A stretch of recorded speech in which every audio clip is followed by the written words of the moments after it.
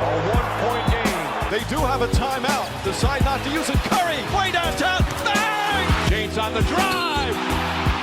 Anthony for three. Puts it in. Durant.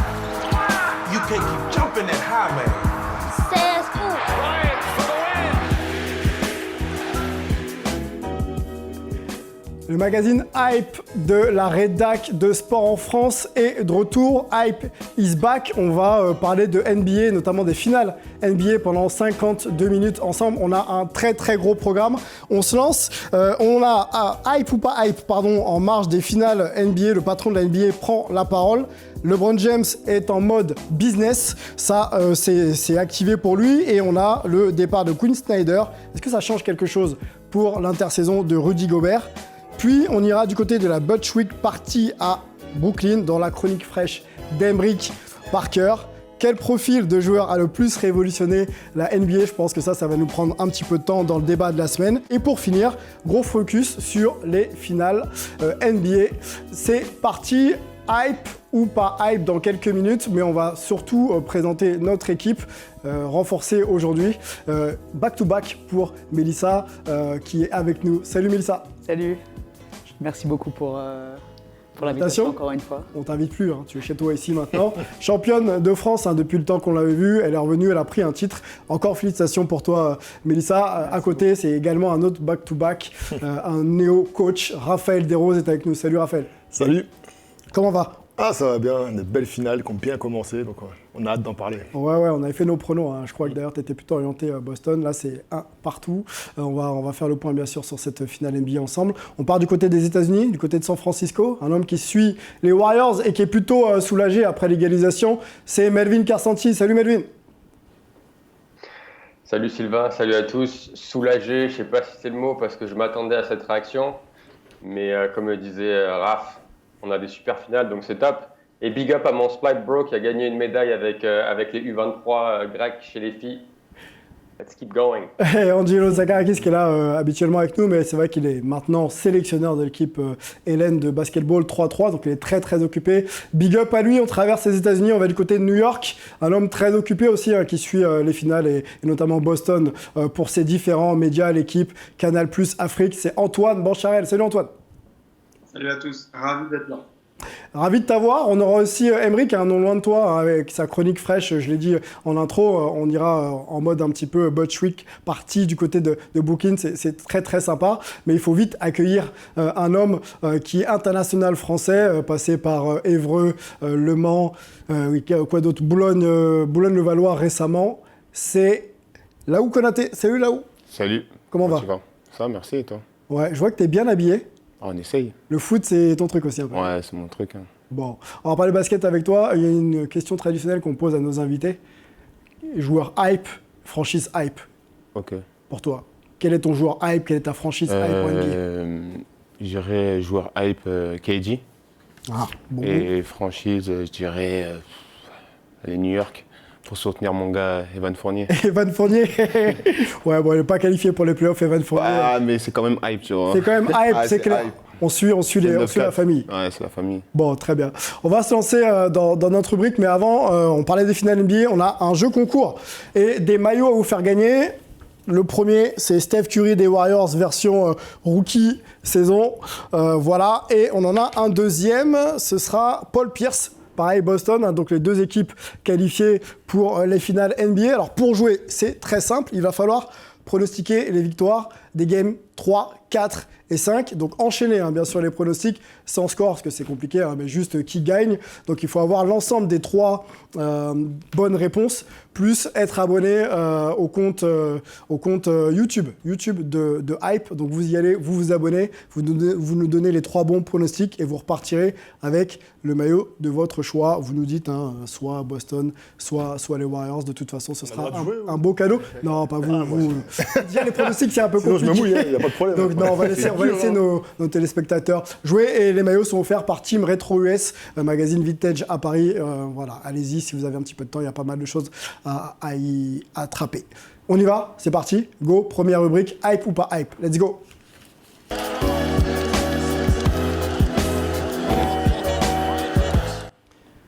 On explique pour là où, hype ou pas hype, c'est une rubrique news.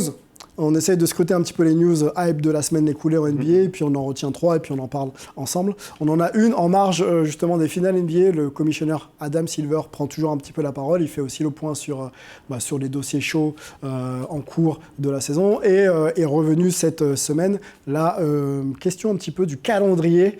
En NBA, on sait que les équipes jouent 82 matchs en saison régulière, et ensuite, si on va loin en play-off, ça peut aller jusqu'à maximum une trentaine de matchs.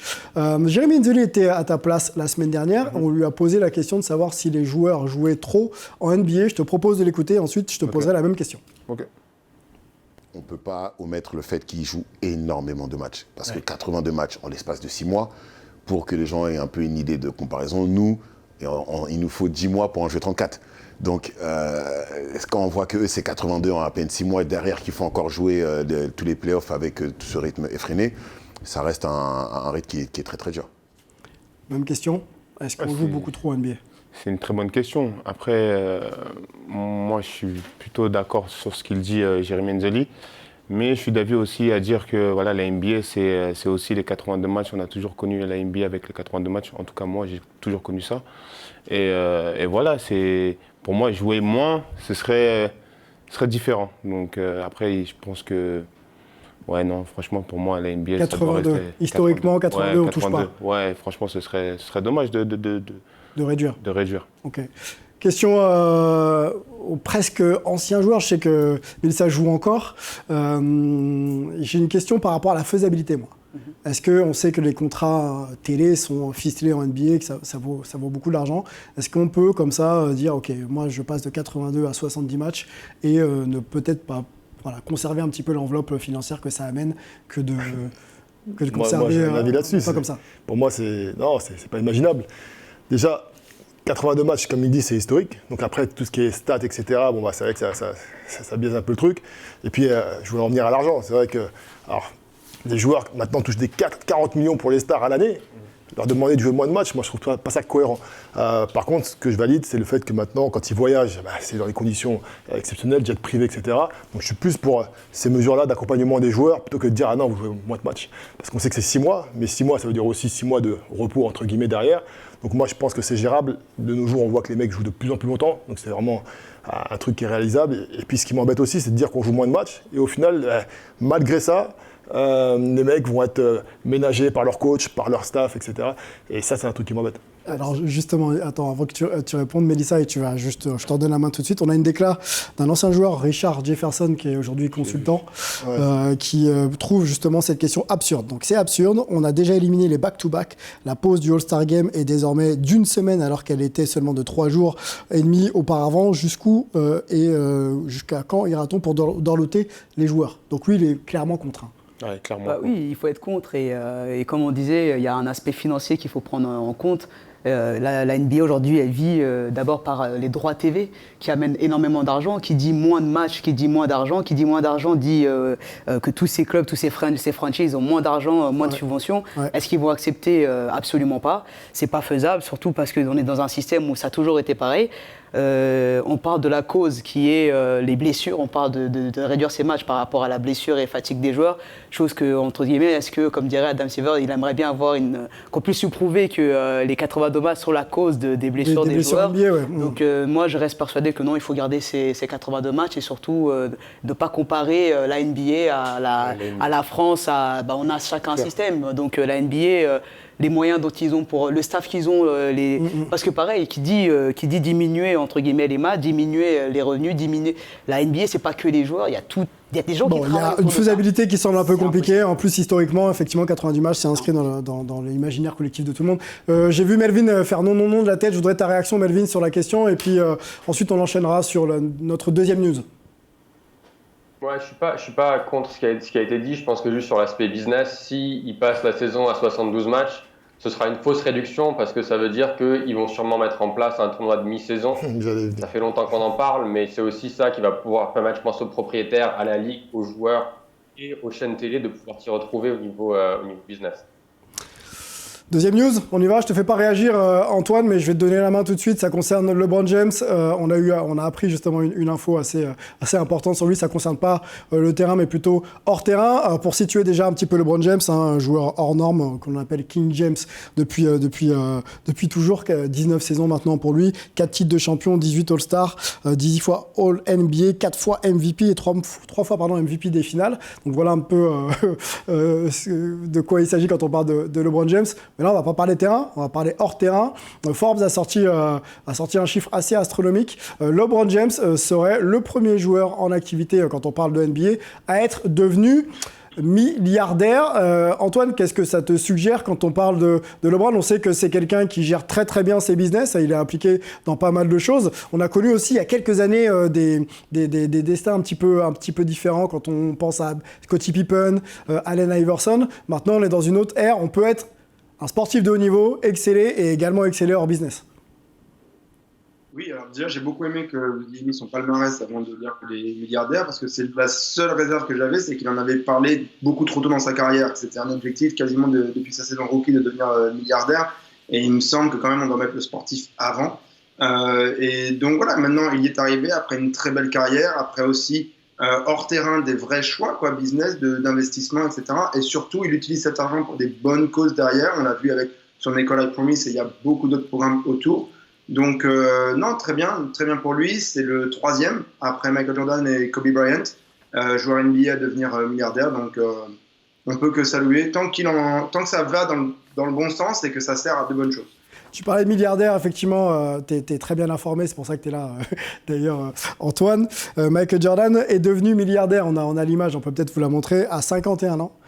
Kobe à 41 ans et le regretté Kobe Bryant et LeBron James donc à 37 ans. Voilà, donc on voit que LeBron James précurseur dans beaucoup de choses, son arrivée en NBA s'est fait très tôt et le fait qu'il devienne milliardaire également.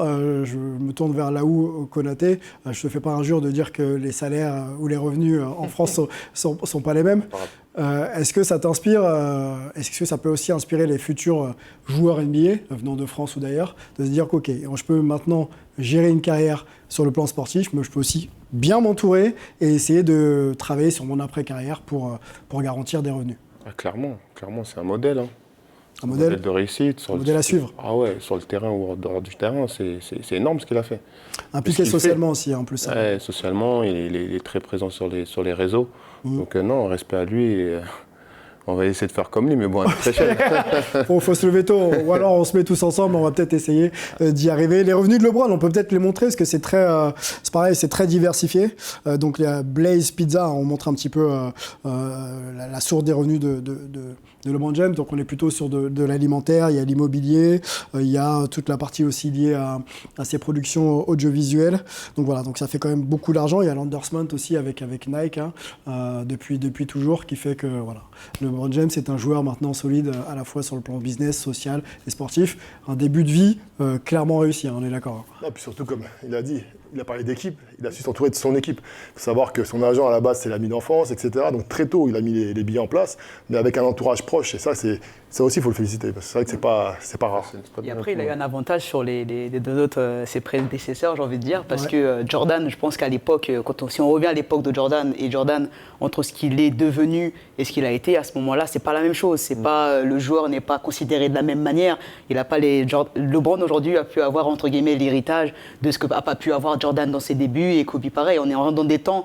Ou peut-être que Jordan a ouvert aussi les voies. Il a ouvert les voies, puisque aujourd'hui, c'est pas la même chose. Les contrats, c'est pas les mêmes. Aujourd'hui, les joueurs peuvent se faire de même, et leur image. Jordan, c'est compliqué ce qu'il arrive à avoir au début. Les partenariats qu'il a, tout ce qu'il essaie de mettre en place, j'ai envie de dire qu'il a ouvert une vraie voie à tous ces joueurs pour pouvoir réussir et devenir. On peut rappeler que Jordan s'est dit dans le documentaire The Last Dance, voulait même pas rencontrer les dirigeants de Nike pour signer à l'époque. Non, mais c'est très compliqué au début. Le monde était différent. Il y a cette connaissance de ce business-là. Je pense qu'il n'y avait même pas, au-delà de la connaissance, il y a une histoire derrière qui va aussi. C'est quand même un homme noir aux États-Unis qui arrive à faire des grandes choses. Désolé de dire comme ça, mais c'est des choses qu'on doit prendre en compte. C'est pas si facile que ça de devenir. Non, c'est un précurseur. Et donc, je pense que LeBron a vraiment hérité d'un bel héritage. Et nous tous, d'ailleurs, je pense qu'en tant que sportifs aujourd'hui, on hérite d'un très bel héritage. Inspirant LeBron James, ça c'est clair. On avance, troisième news, ça concerne indirectement un Français. On va du côté de Utah, puisque le coach Quinn Snyder n'est plus. Ils se sont séparés, je crois mutuellement, la franchise et le coach donc Quinn Snyder. 8 ans à la tête du Jazz et 6 qualifications en playoff, donc un coach plutôt référencé. On a le bilan de Quinn Snyder, c'est 372 victoires pour 264 défaites, donc bilan clairement positif. Moi, je me tourne vers Laou tout de suite. Est-ce que ça peut changer l'avenir, entre guillemets, de Rudy? Alors, quand on parle d'avenir de Rudy, il y a des discussions qui l'emmènent peut-être ailleurs de Utah. On ne sait pas trop. Donc, est-ce que le fait que son coach ne soit plus va peut-être avoir une incidence sur le choix à faire de rester et de partir? Franchement, c'est pas facile comme question. Pas facile comme question. Il faut se mettre à la place aussi du joueur. Je pense que voilà, il y a eu beaucoup de rumeurs à son sujet, mais voilà, après il faut voir le projet qu'il y a derrière. S'il y a un nouveau coach et qui lui redonne peut-être les clés de la maison, pourquoi pas rester, parce que là-bas c'est sa maison. Donc pour moi, tu le vois rester? Je le verrais bien rester. Tu le verrais bien rester? Ouais, je le verrais bien rester. Il est bien là-bas. Hein. Raphaël? Moi, je pense que ça sent la fin de cycle depuis un an maintenant. Hein, ouais. C'est vrai que pour moi, ça va être compliqué. Maintenant, c'est vrai que si on doit choisir une star entre lui et Donovan Mitchell, pour moi, le risque à prendre, c'est sur Rudy Gobert. Parce que Mitchell, on sait que depuis un moment, on parle de gros marchés, marché new-yorkais par exemple, etc. Alors qu'un Rudy, il n'a pas besoin de ces paillettes-là. Lui, il veut du sportif, du concret. Maintenant, ça dépendra beaucoup, à mon avis, du nouveau coach. Si on arrive à avoir une pointure, parce que Utah, c'est pas la franchise la plus sexy. Souvent, ils font des coups. Snyder, c'est un mec qui venait de Missouri, si je ne me trompe pas, à l'époque. Voilà, aller faire un gros coup au niveau du coaching, ça peut aider à construire quelque chose plus vite. 2 déclats, je vous lis la première, celle de Quinn Snyder, et il confirme un peu tes propos. Après 8 ans, je sens qu'il était temps de passer à autre chose. J'ai pris du temps pour réfléchir après la fin de saison et être sûr que c'est la bonne décision. Donc lui aussi sentait que c'était fin de cycle. Et j'enchaîne avec une déclat d'Evan Fournier, qui est jamais avare d'avis sur les réseaux sociaux. Tu le connais bien là où. Pour moi, c'est une grosse erreur. Et même parler de trader Rudy ou Donovan et de casser ce duo, c'est une grosse erreur. Donc lui, voilà, donc confirme moi, je suis de ce côté aussi. Voilà. Vous êtes en ligne tous les deux. Il n'a même pas vu sa déclaration. Bah voilà, écoute, Evan souhaite que Rudy puisse continuer. Un petit mot avec Antoine, justement, qui a eu l'opportunité d'avoir Rudy en interview pendant la saison. Quel est l'état d'esprit, je ne sais pas si tu peux le traduire, mais est-ce que Rudy se voit quand même rester un peu du côté de Utah? C'est toujours compliqué de vraiment savoir à l'avance. Comme vous le dites, là, il va y avoir des choix à faire, parce que maintenant qu'il y a un coach qui part, on va y avoir un autre qui arrive, forcément, avec un plan de jeu, avec des envies, etc., de mettre des choses en place. Donc là, on n'en est pas encore tout à fait là. On sait que du côté de Donovan Mitchell, il ne l'a pas très bien pris du tout. Il était vraiment surpris et ça ne l'a pas vraiment mis bien, on va dire. Et maintenant, on attend de voir effectivement Rudy a remercié Quinn. Et on va voir un petit peu la suite des événements du côté de Salt Lake City. 4 noms qu'on peut vous proposer ici pour éventuellement reprendre la suite de Quinn Snyder. Alors, c'est nos idées, c'est pas forcément ce qui est repris aux États-Unis. Frank Vogel, donc champion NBA avec les Lakers, Mike D'Antoni, Terry Stotts ou James Borrego. Melvin est carrément pas d'accord avec ces noms. Est-ce que tu peux nous dire ce qu'on en dit aux États-Unis et puis est-ce qu'il y a un nom à rajouter à cette liste ou pas? Ouais, alors je suis carrément pas d'accord parce qu'on a déjà la shortlist du Jazz et il n'y a que le nom de Terry Stotts sur le graphique qu'on voit qui sort. Et après, ils vont plutôt partir sur des assistants coach, notamment l'assistant en chef de Quinn Snyder, Alex Jensen, qui a été au Jazz depuis des années. Il y a Johnny Bryan qui est assistant à New York avec Evan Fournier, qui a été longtemps assistant à Utah et qui a une très bonne relation avec Donovan Mitchell. Et puis après, il y a d'autres assistants peut-être qu'on connaît peut-être un peu moins, comme Adrian Griffin à Toronto qui a roulé sa bosse, Kevin Young à Phoenix, Charles Lee à Milwaukee, Will Hardy qui est en finale NBA avec Boston. Donc à voir, ils vont prendre leur temps et je pense qu'il va y avoir beaucoup de questions. Et la première pour moi, c'est de savoir est-ce que Donovan Mitchell veut rester parce qu'il lui donne clairement les clés de la franchise. Ils ont fait ce choix, je pense, entre lui et Rudy. Et je pense que si Donovan Mitchell dit écoutez les gars, moi j'ai pas envie de rester, je demande à être tradé, ça ouvre la porte à Rudy pour rester à Utah, mais je pense que si Donovan Mitchell reste, à mon avis. J'ai du mal à voir Rudy avec le même maillot la saison prochaine. Bon, c'est un débat intéressant, une discussion intéressante. Je suis pas sûr que Donovan soit consulté avant Rudy pour les choix justement de rester ou partir. C'est mon sentiment. Hein. Mais on essaiera d'en discuter quand il y aura de l'actu autour de ces deux-là. Peut-être qu'il n'y en aura pas d'ailleurs, et on leur souhaite. On va avancer et rejoindre Emric qui nous attend du côté de Brooklyn dans la chronique fraîche. Pardon, let's go.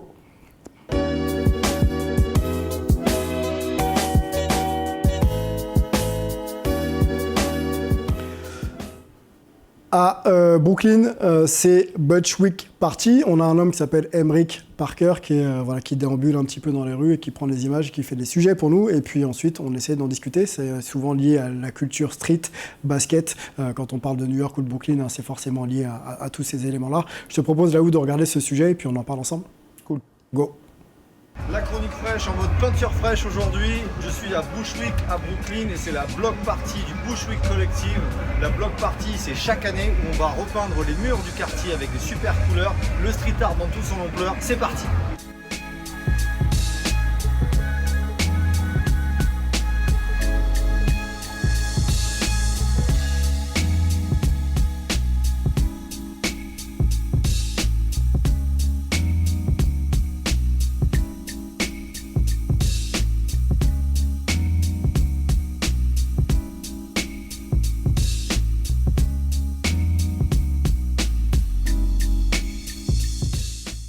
Bushwick il y a 11 ans, rien du tout ici, pas de street art, seulement des métallurgies, des cimenteries. Et depuis 11 ans, eh bien, les murs sont ouverts à la création graphique. Eh bien, c'est grâce à un homme, Joseph Ficalora, qui lui a une métallurgie ici dans le quartier. Il n'est pas street artiste à la base, juste déprimé. Et quand sa mère décède, eh bien, il ouvre les portes de son business, ou plutôt les murs, à tous ces street artistes new-yorkais. Et il va changer le quartier à jamais. Et les artistes, chaque année dans cette block party, reviennent pour repeindre les murs du quartier. Ça tourne, un tiers des pièces de ces œuvres d'art, puisqu'il y en a 400 ici dans tout le quartier, vont changer chaque année. Et c'est pour ça que cet art éphémère est si populaire ici à New York et dans le monde entier, parce que ça donne vraiment un reflet de la réalité, une métaphore de la vie. Chaque chose éphémère n'est pas fait forcément pour durer, et c'est ça qu'on va chercher à Bushwick.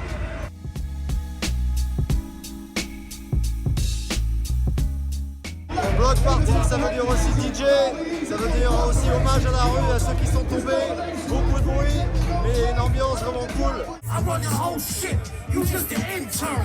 I'm the king of New York, you Lawrence Fishburne. That's the sound of the beast. That's the sound of the police. That's the sound of the beast. That's the sound of the police. That's the sound of the beast. That's the sound of the police. This is who is doing the work. Come on, doing the work. Give it up for my man right. Bon, t'as compris, t'étais pas au rayon surgelé. Ici, tout était frais, directement livré dans ton salon. Suis-nous sur les réseaux sociaux, Sport en France, Hype, Fresh Air, tu sais où c'est. Les reportages d'Emric, on l'a reconnu, hein, les sons de KRS-One, ça remonte un petit peu, le temps passe. Je me tourne vers là où l'ambiance un petit peu New York, Brooklyn, l'art, la culture, la musique. Est-ce que c'est quelque chose qui te hype, dans lequel tu aurais voulu évoluer? Hype. Évoluer, non, mais hype. Hype, vraiment? Ouais, hype. Pourquoi? Ah, là, ça m'a fait kiffer. C'est vrai? Ah, les 2 minutes, là, on t'a vu bouger la tête. Non, j'ai kiffé, j'aime bien. J'ai déjà visité New York une fois. Ouais. Et c'est vraiment une ville magnifique. Les States, en général, c'est magnifique. Et non, hype. Franchement, on est cordé avec tout ça. Quelle ville dans laquelle tu as joué la plus hype, qui peut-être t'a amené un peu justement sur le plan un peu social, un peu d'équilibre? Ouais. Évreux, Le Mans, Paris? Nanterre. Nanterre? Ouais, Nanterre. Ok. Nanterre, parce que j'étais vraiment bien là-bas et c'est vraiment une ville qui me ressemble. Il y a beaucoup de choses. J'ai fait des choses aussi dans le quartier de Nanterre. Moi, je suis ici d'Orly, mais voilà, de faire des choses avec les jeunes de Nanterre m'a beaucoup plu. Et ouais, Nanterre, j'étais vraiment bien là-bas. Bon, on va pas aller à Nanterre, là, on va retourner en NBA. On va parler d'un sujet très très important. On va parler de Legacy dans le débat de la semaine. Let's go.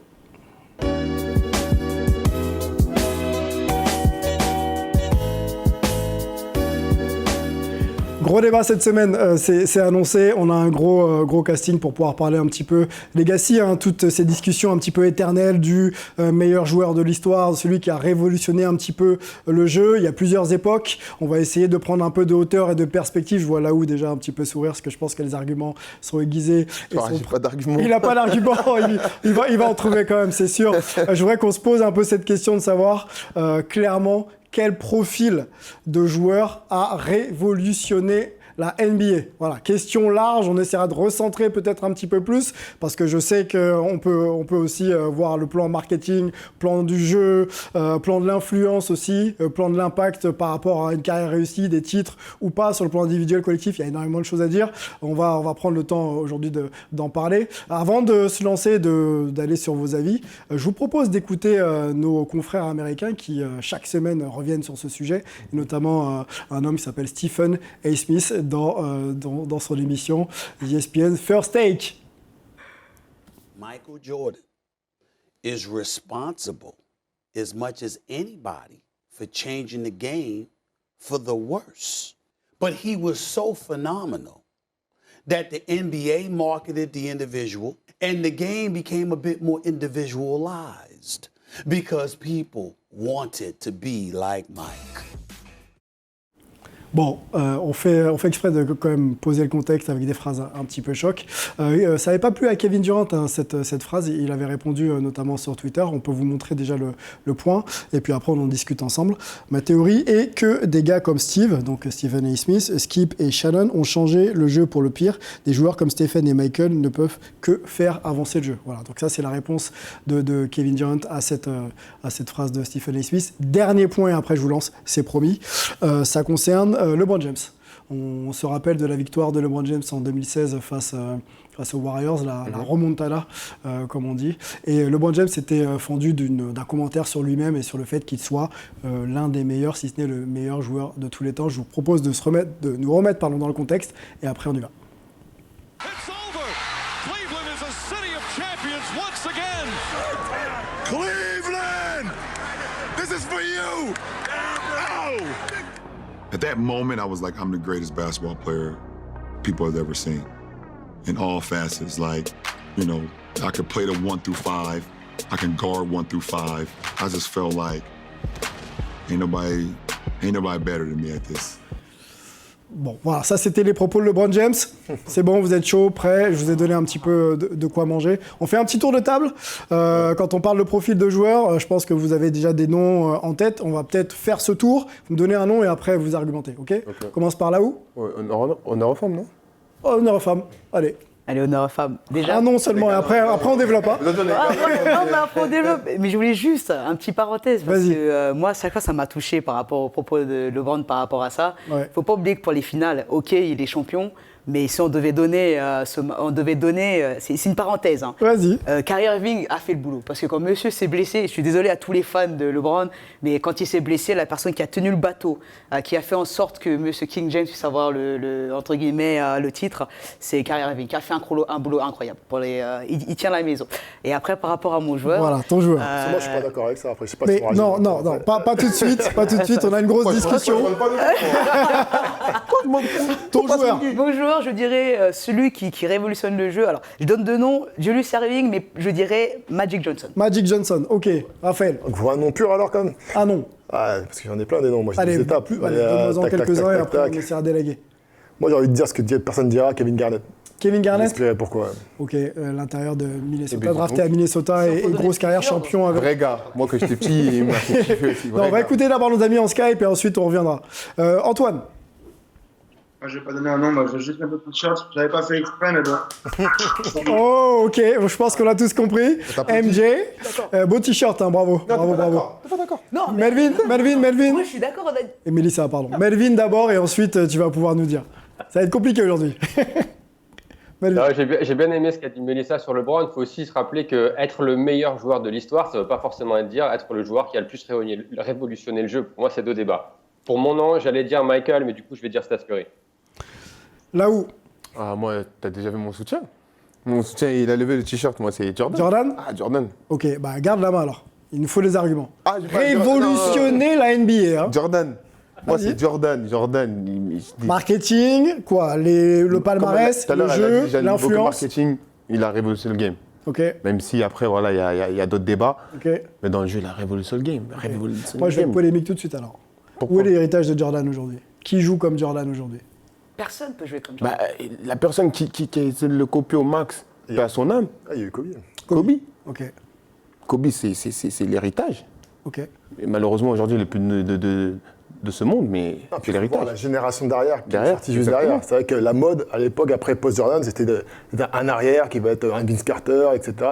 Un Jerry Stackhouse, tous les mecs qui sortaient de North Carolina. Est-ce qu'il change la ligue par le l'époque, il jeu, a changé. par son influence ou par ses 6 titres en finale NBA?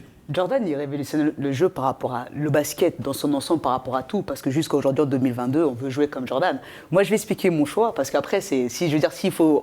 Oui, Jordan est le game changer de la NBA. Okay. Aujourd'hui, nos sous-vêtements, c'est Jordan, l'équipe du PSG, c'est Jordan. J'ai envie de dire, Jordan, il va exister après nous, il est partout. Il a impacté le jeu mentalement, il a impacté le jeu techniquement, il a impacté le jeu tactiquement. Okay. J'ai envie de dire, tu es obligé de t'adapter par rapport à Jordan, tu changes tout. On fait réagir Antoine qui avait le même avis que Laou Konaté sur Jordan. Comme ça, on reste un petit peu sur Jordan et ensuite on ira sur d'autres profils. Antoine, est-ce que tu confirmes un peu les arguments sortis ici en plateau? Est-ce que tu peux même en donner d'autres? Oui, clairement, c'est un joueur qui arrive, qui, par sa brillance individuelle, arrive à dominer le jeu, à prendre le jeu à son compte. On a parlé de Kobe, qui était effectivement l'héritier. On voit que Jason Tatum, non seulement fait hommage beaucoup à Kobe, mais a aussi fait hommage à Michael Jordan, puisque quand il est arrivé avant le match 2, il avait les 2 joueurs de chaque côté de son blouson en arrivant à la salle. Clairement, on peut continuer de jouer comme Michael Jordan. Ça reste même souvent ce qui est défini comme le jeu NBA. C'est prendre le jeu à son compte, c'est savoir dominer en 1 contre 1, c'est savoir vouloir vraiment tuer un match à la toute fin du chrono.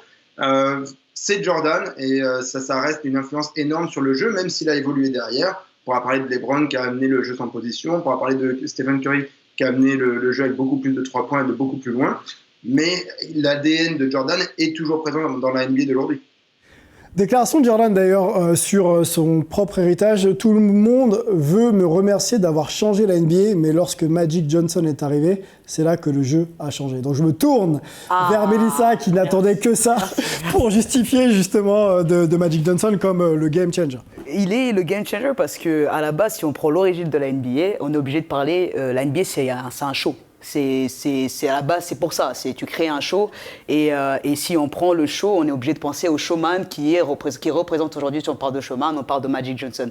Magic, quand il arrive dans la NBA, la transition, les passes qu'il va te faire, la vision de jeu qu'il a, et il est capable aussi de scorer derrière. Magic, oui, il est le game changer dans ce qu'on attend dans un show. Alors, il révolutionne le poste de jeu aussi, parce qu'il est fait de bien évidemment, 5. c'est un grand meneur, c'est quelqu'un il fait des choses incroyables. C'est-à-dire que la vision qu'il a, comment il va servir les hommes autour de lui, comment il va, entre guillemets, faire briller les autres tout autour de lui, tout en sachant briller lui-même personnellement, il est le game changer. Et quand on parle de showtime, de showman, alors bien évidemment, il y a des joueurs avant lui qui ont fait ça, mais c'était pas pareil. Magic Johnson, il est pour moi, entre guillemets, un vrai game changer. Moi, je suis d'accord avec toi, mais il manque l'influence sur sa génération et les générations d'après. Je parle pas de titre, hein. Je ne parle pas de titre. Il y a des titres, il y a 5 titres pour Magic. Il faut regarder, attention. Mais l'influence pour sa génération et celle d'après, ça me manque. Non, la génération, non. La génération d'après, si tu parles des Jordan, il a beaucoup d'admiration pour Magic Johnson. Kobe a beaucoup de respect pour Magic Johnson. Mais Magic, l'influence qu'il a sur ses pairs et sur la génération. Il a amené des LeBron James, justement, qui est meneur de jeu de 2 mètres. Il a amené un Penny Hardaway qui est venu derrière, qui était pareil, un meneur de 2 mètres. C'est vrai qu'il a cette influence sur le jeu qui fait qu'on a voulu se modeler après lui. À l'époque, les meneurs de jeu, c'était John Stockton, c'était le petit gars qui fait 28 passes, etc. Magic a amené cette dimension showtime. Il a amené cet extra sportif aussi, parce que c'était le premier show business, Hollywood, etc. Le premier à avoir un contrat, il me semble, c'était 10 ans à l'époque. Il a signé un contrat qui était un pont d'or pour l'époque. Donc non, il a révolutionné le jeu et il a inspiré des générations de joueurs, à mon sens. Ah non, énormément. Melvin, toi qui maîtrises parfaitement, comme nous tous ici, un petit peu l'histoire de la NBA, est-ce qu'on peut citer des Larry Bird dans cette question, des Will Chamberlain, des Bill Russell, des Dr. J, donc Julius Erving? Est-ce qu'on peut aussi aller jusque-là dans une NBA qui était, sur le plan marketing et de l'image, tout autre, hein. Les images pour voir ces joueurs-là étaient compliquées à obtenir à l'époque. Oui, bien sûr. Juste, moi, je voulais juste donner une idée par rapport à Magic Jordan. Pour moi, j'ai Magic dans ma shortlist, mais je le mets pas au niveau de Michael parce que Michael, un point qui n'a pas été mentionné, c'est qu'il a changé la façon dont tu construis une équipe NBA. C'est-à-dire que jusque-là, c'était tu construis ton équipe autour d'un big man. Même à l'époque de Magic, il y avait quand même Kareem Abdul-Jabbar qui était le maillon central de cette équipe de Los Angeles. Avec Michael, c'était la première fois où tu construis cette équipe aux côtés avec un arrière comme étant ton joueur majeur. Et ça, je pense que ça a été énorme et ça continue aujourd'hui. Au niveau de l'histoire, oui, tu l'as dit, que ce soit Will Chamberlain, on l'oublie, mais la NBA a dû changer plein de règles parce que il était trop fort, il était trop grand pour essayer de limiter son impact sur le game. Bill Russell, Kareem Abdul-Jabbar, pareil, c'est des joueurs qui ont eu un impact énorme. Kareem Abdul-Jabbar, je crois d'ailleurs en NCAA, ils avaient interdit le dunk parce que c'était trop facile pour lui. Et c'est un peu comme ça qu'il a aussi développé du coup son skyhook. Je disais Bird également, oui, parce que c'est un gars qui avait pas de qualité physique, mais qui avait un shoot, une intelligence de jeu exceptionnelle. Et cette rivalité avec Magic, c'est ça vraiment qui a permis un peu de sauver la NBA. Parce que la NBA, avant ces deux joueurs-là, elle allait tout droit jusqu'à la catastrophe. Donc c'est vrai qu'ils ont changé le jeu aussi. Alors le palmarès de Bird venait de s'afficher, 3 fois champion, 12 fois All-Star, 10 fois All-NBA, 3 fois MVP, 3 fois du concours de tir à 3 points. C'est beaucoup. On vous présente aussi Kareem Abdul-Jabbar, ancien Lew Alcindor, 6 fois champion NBA, 19 fois All-Star, 15 fois All-NBA Team, 6 fois MVP et 2 fois meilleur marqueur de la saison. Voilà pour ces joueurs que vous découvrez peut-être un peu, en tout cas au niveau des palmarès. Moi je voudrais qu'on revienne sur Jordan. Jordan est assez modeste quand il parle de son héritage, par contre d'autres continuent de l'encenser. Mitch Richmond, qui a joué à peu près dans la même période que Michael Jordan, s'est exprimé au sujet de sa majesté. Je vous propose d'écouter. Do you consider MJ the GOAT? Of course. Absolutely. Of course, yeah. I went up against him each and every night. Right. You know what I mean? So. And then you played with Kobe at the Lakers. I played with Kobe, and Kobe was. He's in that level, no question about it. But Mike changed the game in so many other ways, not only on the court but off the court. You know, and then guys all of a sudden started doing endorsements. Getting checks from not just playing basketball. He just opened the door for a lot of things. Bon, Jordan, qui a martyrisé beaucoup de ses adversaires quand même sur le terrain, arrive quand même à avoir le soutien de ses pairs quand il s'agit de parler de la carrière et de l'influence qu'il a eue. Il y a Kobe aussi qui est mentionné, un petit peu comme son fils. Allons sur le contemporain, Steph Curry, qui fait que les gamins partout dans le monde shootent du milieu de terrain en pensant qu'ils vont marquer des tirs à 3 points. Qu'est-ce qu'on peut penser là-haut de Steph Curry? Toi, tu as maintenant une bonne dizaine d'années de carrière, tu vois un peu le jeu évoluer. Est-ce que Steph va sur des manières d'appréhender le jeu qu'on n'a jamais vues encore? Oui, bien sûr. La façon dont il shoot, c'est incroyable. Il peut shooter du parking et le mettre. Mais ouais, c'est vrai qu'il a aussi changé le jeu à sa façon. Mais voilà, pour moi, ça reste Jordan. Ça reste Jordan. Jordan. On ne peut pas te faire changer d'avis. Ouais, impossible. Ok. Le shooter, Raphaël Desroses. C'est vrai que pour moi, alors, pour reprendre la chronologie du truc, c'est vrai que c'est des étapes. Oui. Magic, ça a été une étape avec sa dualité avec Larry Bird, première étape. Deuxième, Jordan. Là, en plus, qui arrive aussi au bon moment, parce qu'on ne le dit pas aussi, mais c'est aussi au moment de la mondialisation. Donc, il a pu être exposé d'une manière qu'ont pas pu être les autres avant lui. Mais bon, nouvelle étape. Après, Garnett, je développerai tout à l'heure si on a le temps. Mais voilà, c'est pour moi. C'est développe maintenant. Parce que maintenant, j'y vais. Non, parce que voilà. Non, mais pas que ça depuis tout à l'heure. Pourquoi ? Parce que moi, je vois l'impact sur les joueurs. Et moi, ma génération, je tombe pile poil dedans. À l'époque, 2 intérieurs, c'était un à la raquette, un au poste haut, et c'était fini. Kevin Garnett, moi, j'ai vu des intérieurs commencer à avoir dribbler entre les jambes, s'écarter. Pour moi, il a changé de jeu. Prendre des tirs à 3 points. Des tirs à 3 points, etc. Premier joueur à 100 millions. Ça aussi, c'est une étape. Maintenant, extra-sportif, c'est pas l'impact qu'a un Jordan. Mais c'est une étape dans le basket parce qu'il a changé la façon de jouer de génération de joueurs. Et puis après, on peut parler de Shaq aussi, mais Shaq, le problème, c'est qu'on peut pas mimer un Shaq. Shaq, c'est presque 200 kilos, à part si tu nais dans un tracteur avec 150 kilos de viande, c'est compliqué. Et après, Steph Curry, pour moi, c'est pareil. C'est un joueur qui a impacté le jeu d'une façon. on peut se retrouver en lui. C'est-à-dire que moi, si demain je fais 1m85, 90, je peux être le prochain Steph Curry. Moi, j'ai été à des colloques d'entraîneurs, parce que je fais la formation, etc., des grands entraîneurs qui disent qu'à cause de joueurs comme lui, maintenant, la défense, c'est demi-terrain. Avant, on attendait à 3 points tranquille, on va prendre un pick and roll ici. Non, maintenant, son pick and roll, il commence à mi-distance. Il ouvre des dimensions tactiques différentes. C'est ça. Donc maintenant, le jeu, les coachs réfléchissent différemment quand on a des joueurs comme ça. Quoi. Il a changé le jeu stratégiquement, au-delà des joueurs. Steph Curry, que tu côtoies, Melvin, ouais, je te donne la main. On peut peut-être aller sur une déclat d'ailleurs de son coach actuel, Steve Kerr. En parlant de Steph Curry, il a changé ma compréhension de ce qu'était un bon tir et de ce qui ne l'était pas. Les premiers mois où je l'ai coaché, la moitié des tirs qu'il prenait, je pouvais entendre les voix de mes anciens coachs résonner dans ma tête en me disant c'est un mauvais tir, mais ça rentrait tout le temps. Voilà, donc clairement, il pousse les coachs à s'adapter, Steph Curry.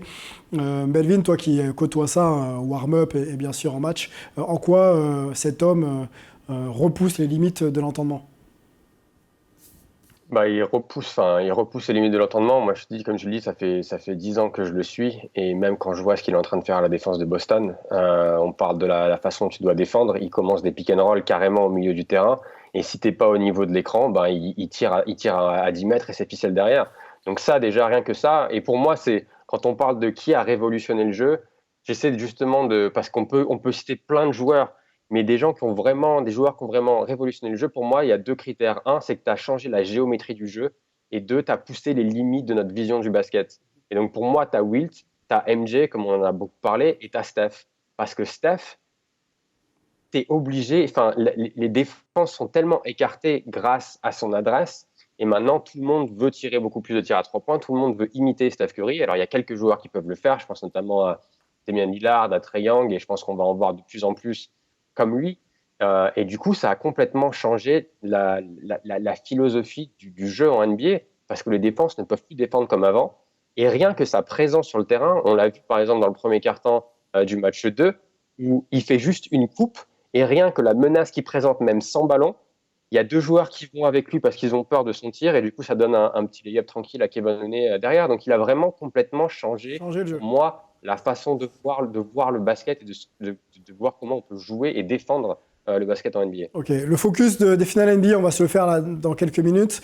Si j'ai bien compris, tes derniers mots, Wilt, Jordan, Steph, là où Jordan, je te relance pas là-dessus. Jordan. Magic. Pour Mélissa? Jordan, moi j'ai Jordan. Jordan Non, Jordan est magique. Non mais attendez, parce qu'on va me tomber dessus. J'ai tous mes confrères. Non, j'ai tous mes confrères qui vont tomber dessus. Pour moi, Jordan c'est the GOAT, d'accord? Jordan il reste, mais après je veux pas négliger le fait que Magic est un showman. On t'en donne 2. Non. Raphaël? Moi c'est pareil, il y a plusieurs étapes. J'ai dit Garden pour me démarquer quand même. Mais c'est vrai que Magic, Jordan. Voilà. Bon, on va changer. Tu vas faire 3. 3, allez. Magic, Jordan, Steph Curry. Parce que c'est vraiment des angles vraiment différents. Donc on voit qu'en choisir un est très compliqué. On en a fini dans ce débat. On sait que les discussions sont éternelles et que les choix sont difficilement captables. On avance, on a un focus, il faut qu'on parle des finales NBA ensemble. Let's go.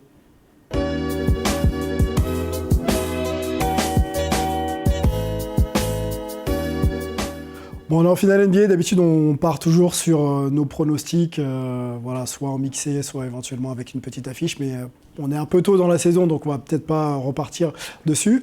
On va, pour se lancer avant dans le focus, se remettre un petit peu dans l'ambiance justement des finales NBA. On a Melvin qui a eu la chance d'ailleurs d'assister aux 2 premiers matchs du côté de San Francisco. On va se mettre un petit peu dans la peau de Melvin, donc ambiance Media Day plus Game 1 dans les travées du Chase Center. Vous verrez, c'est quasiment un centre commercial d'ailleurs tout ça.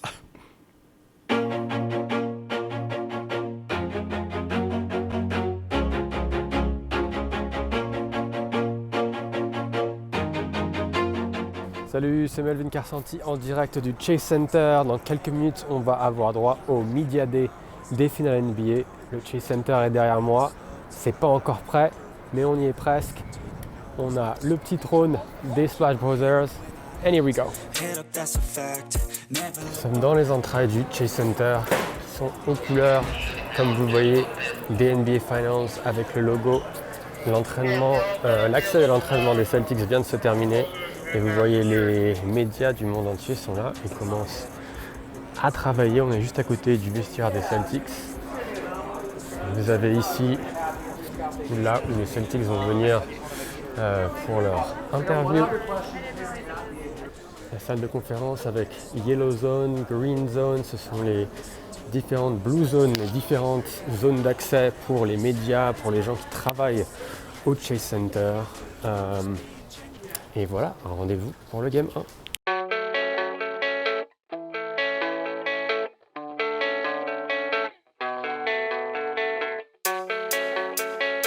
Nous sommes à quelques heures du premier match de la finale NBA. J'arrive sur le parvis du Chase Center pour vous donner un petit parfum de ces finales. Let's go! They're just full of jealousy, this legacy. You gon' see what's left of me. You gon' see success in me. You ain't seen the rest of me. I just wanna be the best at what I know. Better than the rest, just watch me grow. Put me to the test and watch me go. Bienvenue dans les entrailles du Chase Center. Nous sommes 40 minutes avant le Game 1 de ces finales NBA. Et on va vous faire visiter le Chase Center et vous donner un peu l'ambiance avant le début de ces finales. C'est parti!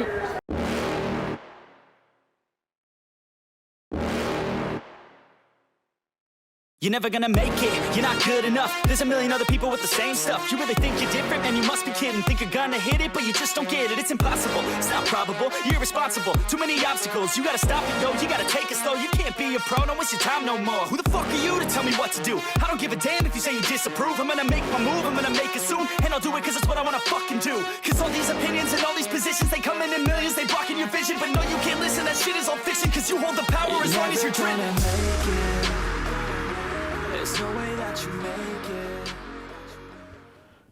Dans l'ambiance des finales NBA by Melvin Kersanti, big up aux lunettes de Melvin, hein, elles étaient pas mal, j'ai beaucoup aimé Melvin. Allons tout de suite sur le focus, on a beaucoup de choses à dire. Un partout dans la série, premier match remporté aux Warriors par les Celtics de Boston, 120-108 et égalisation, donc un partout je le disais, et une victoire donc des Warriors 107-88 dans un match 2 plutôt maîtrisé, voilà un petit peu pour les cartons. On revient tout de suite sur le match 1. On va le faire un petit peu comme on avait fait par rapport à nos previews des finales NBA. On va se focaliser sur les performances des coachs, sur les performances des stars identifiées. Il y en a peut-être d'autres justement qui ont performé. C'est là que je veux vous écouter, messieurs, dames. Et puis on fera aussi un point sur la performance du 5 de départ et bien sûr du banc mélangé. On donne la main peut-être à Raphaël pour commencer. Un partout dans la série. Ime Udoka, on a dit que première expérience de coach, première finale NBA. On le sentait peut-être, on le disait peut-être un peu moins expérimenté. Comment tu l'as trouvé sur ces deux matchs? Lui, je pense qu'il a fait plus ou moins le boulot, même si après, je vais voir combien de temps il a forcé avec deux grands. Parce que je trouve que défensivement, ça les a parfois pénalisés. On a vu, par exemple, au match 2 et même au match 1, le coup de chaud de Steph Curry, souvent, c'est parce qu'on ne monte pas assez haut sur les écrans. Alors qu'en switchant, finalement, ça résout un peu ces problèmes-là. Deuxième match, pareil, hein, le moment de bascule. On a Daniel Theis à un moment donné qui est trop bas sur pick and roll, hop, 3 points. Donc je vais voir comment il va s'adapter. Mais sinon, dans l'ensemble, je trouve qu'il fait le boulot et c'est pas directement là-dessus que ça s'est joué. Ce qui m'inquiétait un peu sur Steph Curry, c'est que dans un match serré, on l'a vu au match 1, il a du mal à maintenir l'effort, j'ai envie de dire. Parce qu'une fois qu'il est tenu de près et qu'on s'adapte comme il faut, c'est compliqué. Et ce qui m'inquiète du côté des Celtics, c'est que pour moi, il y a une forme de relâchement. C'est-à-dire qu'ils font un très bon début de deuxième match. Et je pense qu'ils sentent un peu arriver. Et derrière, ça se voit au niveau des choix en attaque. Ça prend des shoots un peu moins intelligents, j'ai envie de dire. Ça défend un peu moins dur. On a dit utiliser armement défensif sur 2-3 choix de pick and roll, etc. Et on voit que l'expérience des Warriors dont je parlais, c'est pour ça que je les vois en 7 matchs, c'est que on redonne une petite goutte de sang, les mecs, c'est parti. C'est parti, la machine s'est mise en route. Et derrière, c'est dur de rattraper. Premier match, ils ont eu une adresse insolente à 3 points derrière carton, mais c'est pas quelque chose qu'on peut soutenir tout le temps. Ce qui me rassure avec les Celtics, c'est leur défense quand ils s'y mettent vraiment. C'est qu'avec des mecs comme Tatum ou Brown, parce que pareil, je pense que les fautes de Brown en début de deuxième match pénalisent grandement l'équipe, parce que pour moi, c'est la différence avec les Warriors, c'est que le lieutenant côté Boston Celtics est beaucoup plus solide. Ouais. C'est des joueurs qui peuvent et agresser et shooter, alors que les Warriors dépendent quand même vachement du collectif. Et au niveau du lieutenant... Est-ce que c'est pas une chance de dépendre un peu plus du collectif quand tu sais que des joueurs vont t'apporter plus régulièrement de la production, là où côté Celtics, tu as un joueur qui doit performer, voire 2, 3, et puis après, c'est un peu limité. Si, j'ai envie de dire oui, mais quand la défense est au rendez-vous, et comme je vois deux grosses défenses, au bout d'un moment, la NBA, c'est un tel niveau que quand les deux défenses sont au top, ce qui fait la différence, c'est souvent le joueur qui peut tout faire, entre guillemets, sur le terrain. Et je trouve que Boston a ce joueur-là, mais le manque d'expérience fait que je bascule quand même encore du côté des Warriors. Mais je vois quand même une partie serrée. Là où, qu'est-ce qui fait la bascule entre le match 1 et 2 on a vu les stars, Steph Curry et Draymond Green, dire bon, le match 2, ça va pas se passer comme ça, on va se mettre au niveau. Est-ce que c'est l'intensité ou est-ce que c'est la dimension un peu tactique, les réglages qui font que ça y est, ils se sont adaptés? Je pense qu'ils sont bien adaptés. On a pu le voir en deuxième période où voilà, la défense était vraiment mise en place. Voilà, il y a eu beaucoup de pertes de balles du côté de Boston qui ont fait que ça s'est payé cash derrière. On voit quand Curry prend un coup de chaud, voilà, c'est Intenable. Hein. Intenable. Et non, après, ils ont bien maîtrisé le sujet. Dès qu'ils ont fait l'écart, pour Boston, c'était compliqué de revenir. On a vu qu'au premier match, ils avaient fait une remontada un peu Boston, mais là, c'était impossible. Ouais. Je pense qu'ils étaient vraiment déterminés et ils savaient voilà, où ils avaient pêché le premier match. Mais juste rebondir. Vas-y. Après, parce que je parle trop, donc après je Et ensuite, ce sera Melvin. Les pertes de balles, c'est très important ce qu'il a dit, parce que on parle du collectif des Warriors. Pour moi, Boston a montré qu'il pouvait défendre ce collectif lors du match 1. Mais par contre, pour moi, c'est Boston qui a pu se tirer des balles dans le pied avec ses pertes de balles, parce qu'en jeu de transition, par contre, les Warriors, après, c'est intenable. Et c'est ce qui a fait. Mais vous, les anciens pros ou les pros encore, quand on défend fort, est-ce qu'on laisse pas aussi un peu de gomme et la lucidité pour jouer en attaque est un peu différente? Ouais, mais ils ont les cannes pour ça. Ils sont jeunes. Je suis pas trop d'accord dans le sens de dire que, attention, Boston fait un hold-up parce que c'est pas parce qu'ils étaient trop forts et que derrière ils vont arracher le match. Je reste persuadé que c'est parce que les Golden State, à un moment donné, ils se sont relâchés. Ils se sont relâchés, donc ça a donné place entre guillemets à un espoir et ils sont revenus par rapport relâchés à ça. Parce que physiquement plongés ou parce que ça n'a rien à voir avec le physique. Attendez, on parle de joueurs qui, on parle de quand même. L'élite de l'élite. On va pas parler de fatigue aujourd'hui. Ils sont prêts. C'est des joueurs qui sont habitués à ça. Ils sont entraînés pour ça. C'est pas aujourd'hui qu'on va parler du fatigue, surtout pas au premier match. Moi, je pense qu'ils relâchent. Le deuxième match, ça a été, les pertes de balles sont dues à l'intensité agressive des Warriors. Des deux. Aussi des deux parties, c'est vrai. Mais entre guillemets, tu peux voir le niveau. Il y a un niveau dessus entre les. Et quand les Warriors se mettent vraiment à jouer, ils arrivent déterminés, ils lâchent rien. Quand Steph Curry va s'asseoir au 4e quart-temps, c'est bien parce que entre guillemets, le match est plié. Allons voir Melvin parce que Melvin a eu la chance de. Moi là-bas à Boston. Melvin a eu la chance de voir les deux matchs. Sur l'intensité, justement, Melvin, bien sûr, les adaptations tactiques, mais moi, j'ai entendu un peu le confrère américain dire que les Warriors étaient fatigués très tôt dans le premier match. Là, ils se sont adaptés clairement dans le deuxième. Moi, je ne les ai pas sentis fatigués non plus. Toi, sur l'intensité, sur ce que tu as vu un peu, comment tu as senti les deux équipes? Ouais, alors je suis d'accord avec toi. Je pense pas que les Warriors étaient fatigués du tout.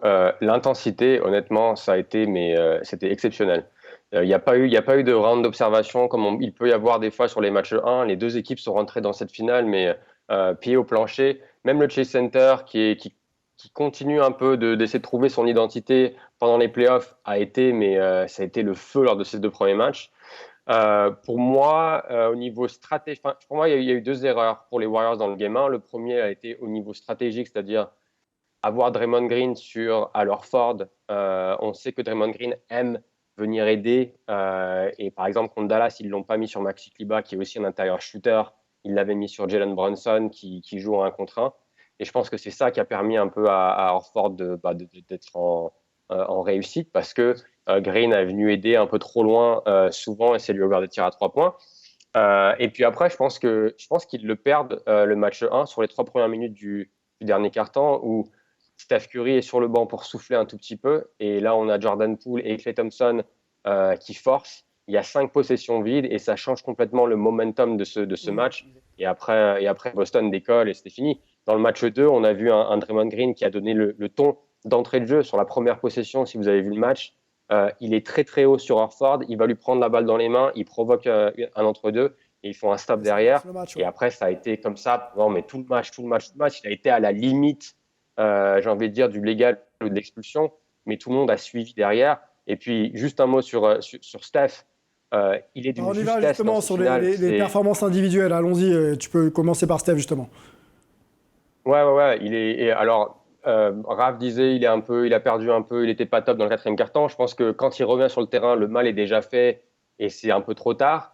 Mais dans le match 2, je l'ai trouvé absolument exceptionnel. Quand on sait cette défense de Boston, en vrai, c'est exceptionnel. Quand ils sont plus petits, quand ils switchent tout, il n'y a que Steph qui peut faire la différence. Et il le fait avec une justesse.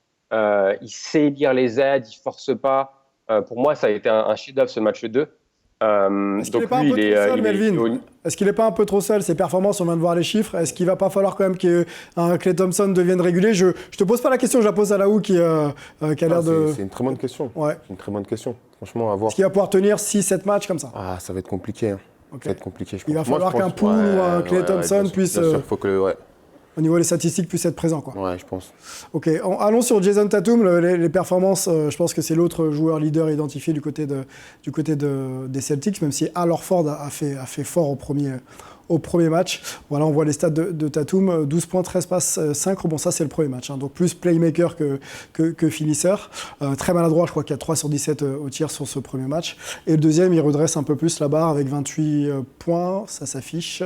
Ouais, c'est ça, 28 points, 3 passes, 6 rebonds. Antoine, Jason Tatum, que tu vois un peu du côté est des États-Unis, est-ce qu'il a vraiment lancé sa finale NBA ou est-ce qu'on en attend un peu plus? Il n'a pas vraiment pris le jeu à son compte, il n'a pas pris un match à son compte, il n'a pas encore réussi à vraiment peser. On a quand même 2 matchs qui sont passés. Jusque-là, son problème, c'était d'enchaîner les bonnes performances. Là, il vient d'enchaîner 2 qui sont au mieux pas très bonnes, médiocres, et qu'on a plutôt envie de dire, franchement, pas top. Donc maintenant, il va falloir que vraiment il s'y mette. On pourra parler à un autre moment aussi que ça s'accorde avec Jaylen Brown, mais effectivement, là, il y a pas mal de pression qui commence à peser sur les épaules de Tatum et beaucoup d'attentes, surtout avec ce retour à Boston ce soir, donc pour la décision de l'émission au TD Garden. Allez, un petit mot avec vous tous rapidement, parce que le temps tourne sur le banc, mais on va dire un élément du banc identifié comme Factor X qui pourrait justement apporter quelque chose et puis faire changer la série dans les matchs 3, 4, 5, voire 6 et 7. Pour toi, Raph? Jordan Poole, moi j'ai envie de dire. C'est vrai qu'on en parlait tout à l'heure, Klay Thompson pour moi est encore un peu juste pour être vraiment ce lieutenant. Il aura un match ou 2 où il va performer, mais sur la longueur d'une série, pour moi ça va être compliqué. Ça pourrait être Wiggins, et pour moi Jordan Poole c'est le mec qui a un peu la tête brûlée, qui n'aura pas peur de prendre des gros shoots. Mais le problème, c'est qu'il a dû prendre un peu de recul sur l'équipe avec le retour de tous les blessés. Ouais. Et on voit qu'il a du mal à trouver sa place. Et aujourd'hui, il est un peu sous-exploité à mon sens. Et du coup, soit il veut venir et briller un peu trop vite, ou soit il fait avec les miettes, comme le dernier match. Au bout d'un moment, il faut qu'il marque du milieu de terrain, etc. pour faire un match performant. Parce que même la série d'avant, face à Dallas, où il est très efficace, à 75% de réussite. C'est les joueurs qui ont besoin de marquer, quoi. C'est ça, peu importe avoir plus de ballons. C'est-à-dire que même la série d'avant, où il tourne finalement à 15, 17 points, enfin je ne sais plus exactement les stats, mais à 75% de réussite, il fait sur un tout petit volume de shoot. Et du coup, sur une finale NBA, où normalement c'est compliqué sur 8 shoots de faire basculer un match. Ok. Mélissa, en presque un mot, un Factor X pour toi? Factor X, ça sera. Il y a Poole, mais je dirais ça sera Thompson. Je pense que Klay va. Klay Thompson, il est régulier, passé. Bon. Bah non, Klay Thompson. J'aimerais, même moi. Il va se réveiller. Je pense qu'il va se réveiller. C'est quand même, il ne faut pas oublier, il est champion. C'est un champion NBA. C'est un joueur qui est mature. C'est un joueur il a vécu des choses avant, je pense qu'il va se réveiller. C'était un premier match. Il n'était pas bon au premier. Il est peut-être passé aussi encore à côté du deuxième, mais il va se réveiller. C'est un champion. C'est un champion. Est-ce qu'il aura les 4 ? Melvin, Antoine, votre Factor X en un mot sur ces finales? Pour moi, c'est qui de Jordan Poole ou de Derrick White fait basculer la balance. On l'a vu lors du match 1, Derrick White a été exceptionnel. Même au match 2, il n'est pas adroit, mais il peut créer. Et je pense que ça va être très important pour Boston. Poole, même s'il met 17 points au match 2, je trouve il se précipite trop, il est trop dans le dribble. Il faut qu'il arrive à simplifier son jeu. Et s'il prend le mid-range comme il l'a fait dans le match 2, je pense que ça peut être pas mal. Bon, roule ma poule, c'est ce qu'on lui souhaite à Jordan, ou poule partie comme vous voulez. Antoine, ton Factor X, et on conclura avec toi. Je ne vais pas forcément prendre un joueur, je vais plutôt dire est-ce que les Celtics arrivent à maturité et vraiment arrivent à apprendre ce que c'est que de jouer sur cette scène-là. Je pense que c'est ça qui va vraiment faire la différence sur l'échéance. Bon, je ne relance pas Laou parce que tu avais l'air d'être d'accord avec Mélissa sur Klay Thompson. J'aimerais. On rappelle que nos deux insiders que vous êtes, messieurs, vous serez du côté de Boston pour les matchs 3 et 4. Donc profitez-en et puis on suivra bien sûr vos escapades sur les réseaux sociaux. Il est temps d'en finir avec cette émission. On a été très très bavard. On rappelle le jeu concours. Pour pouvoir gagner l'un de ces maillots, Curry ou celui de Paul Pierce des Boston Celtics, il faut pronostiquer. Voilà, là je suis bien cadré. Il faut pronostiquer pronostiquer la victoire du Game 3, 4 et 5. Donc ça fait beaucoup et être bien sûr abonné au compte et à la chaîne d'ailleurs YouTube de Hype. Et ensuite, vous serez éligible et puis on fera un petit tirage au sort qui sera annoncé la semaine prochaine dans la prochaine émission. On remercie Mélissa d'être venue. Merci beaucoup. On remercie Raphaël aussi également. Plaisir. Nos amis des États-Unis, Melvin, la journée commence pour toi. Bon courage. Antoine, à bientôt. On remercie Laou d'être venu. Merci International français. Quelle est la suite de ton été? Peut-être des infos club l'an prochain? Bon, franchement, on n'a pas trop de nouvelles avec ce qui se passe en interne. Ouais. Mais mon été, ça va être du repos, des soins, de l'entraînement. Équipe de France aussi un peu, non? Non, même pas. Même pas? Non. Ok. Donc, Cool. voilà, cool. Chill. Super. Merci d'être venu. Tu reviens quand tu veux. Merci à toi pour l'invitation. Bonne hype à tous. On remercie bien sûr toutes les personnes qui ont travaillé pour organiser, créer cette émission. Lucien en régie, les techniciens de Sport en France. On se retrouve très vite pour une prochaine hype. Ciao!